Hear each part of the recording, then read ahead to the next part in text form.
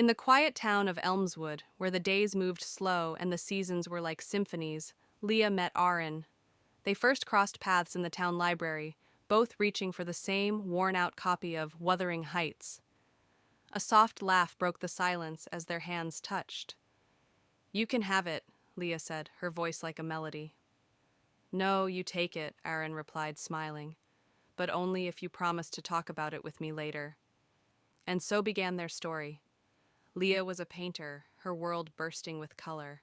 Arin was a pianist, his days filled with melodies that told stories without words.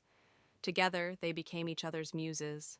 Leah painted sunsets that seemed to sing, while Arin composed pieces that painted vivid landscapes in the listener's mind. They would meet at the edge of the lake on golden afternoons, Leah with her easel, Arin with his piano, playing music that seemed to echo the unspoken emotions between them. Slowly, they fell in love. But life, like the unpredictable weather of Elmswood, had its own plans. Leah received an offer to showcase her art in Paris. It was a dream she had held onto since she first picked up a brush.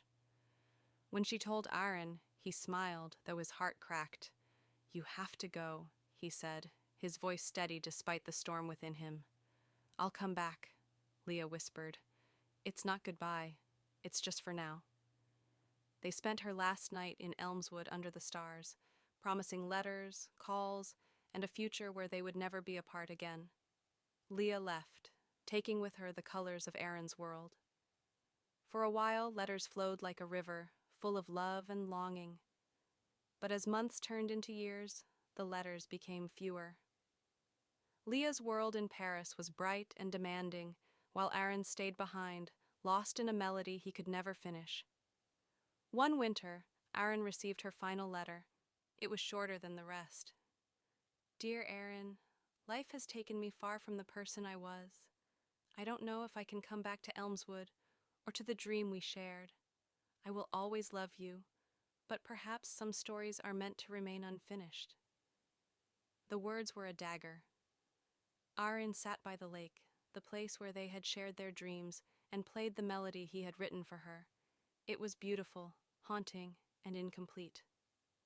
Years passed. Leah's name grew in the art world, while Arin's music faded into obscurity.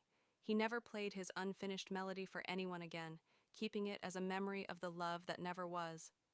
One spring, Leah returned to Elmswood, unannounced. She stood by the lake, hoping to hear the melody again, but Arin was gone. All that remained was the memory of their love, like a symphony left hanging on its final note. And so, their story stayed, not in the words of a happily ever after, but in the spaces between them, a love that was real, but never completed.